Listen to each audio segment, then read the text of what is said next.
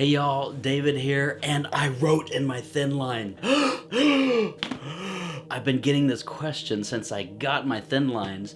Have you marked in your thin line yet? Have you marked in your thin line yet? From several different people. And so this isn't a review. This is just looking at the effects of marking in your thin line, the ghosting, the bleed through, and all of that, and get video close-ups so that you can make your own decision if you're going to mark in it or not. Again, this is not a review. If you want to see the review, I'll link it in the description or at the end of the video, and you can watch the complete review on the thin line. This is just looking at it again after I've used it and marked in Psalm 110, Psalm 111, Philippians, and Colossians, and then wrote in the back notebook paper.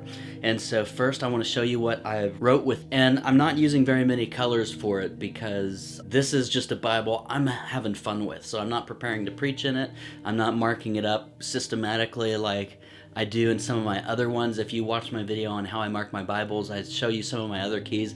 I mean, this one is just fun. And so the Schuyler Quentels have always just been fun Bibles for me personally to connect one-on-one with the Lord in. And it helps me remember stuff as I mark stuff up and not just blow through it. So that's why I mark in so many of my Bibles. And so I use the Pigma Micron 005s, and for this one I'm only using black for writing cross-referencing and the notes. I'm using the blue for underlining. I'm using the orange for circling things and then maybe even connecting dots, because the orange is a lighter color that it's not going to be so distracting from the reading if I reread over again, if I'm, playing connect the dots with it. And then just Sharpie for yellow. It's a really bold yellow, really bold, bright yellow at first, but because most yellows fade a significant amount, I found over the years that Sharpie doesn't fade near as much. And so when it does kind of set in and cure, if you will, if I can call it that, I like Sharpie the best so far. I haven't tried all the highlighters.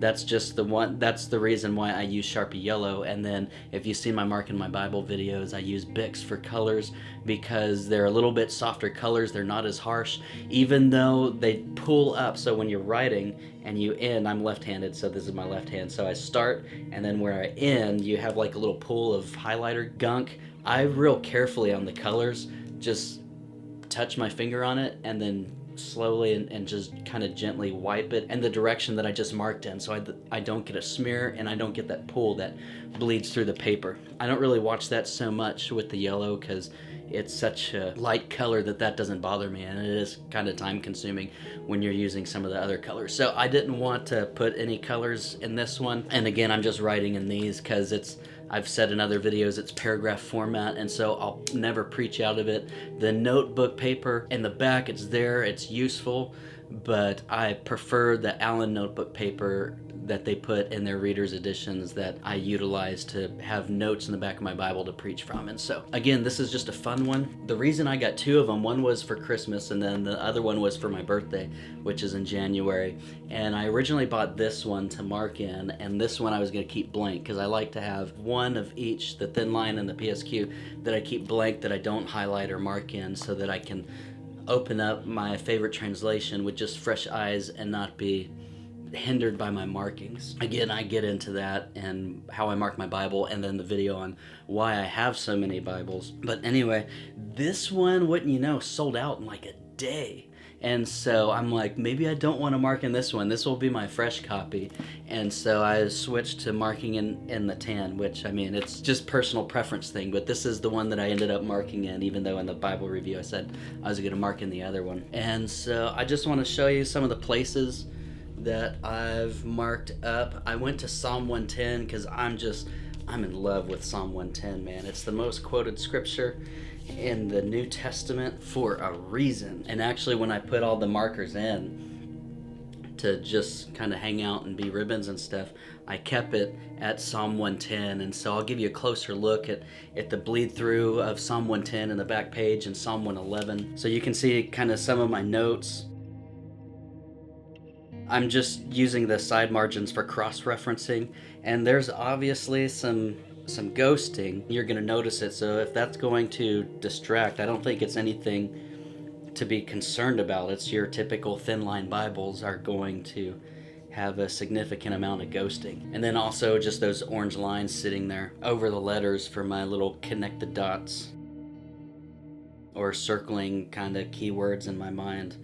You see the orange, since it's a lighter color, isn't too distracting. I'll show you some more stuff. Let's see, I marked up Philippians, and I'll go through Philippians with you. And then Colossians.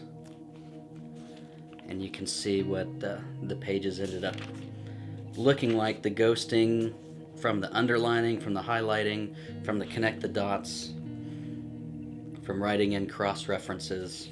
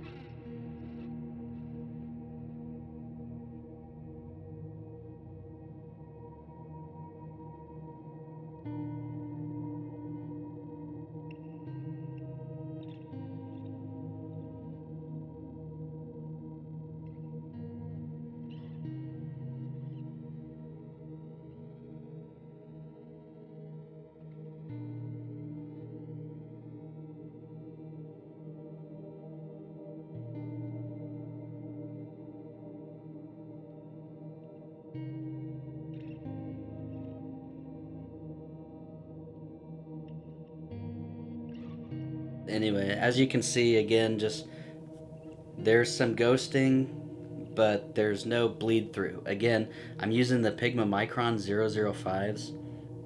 I wouldn't use anything thicker or another kind of pen besides just those felt tips on these pages.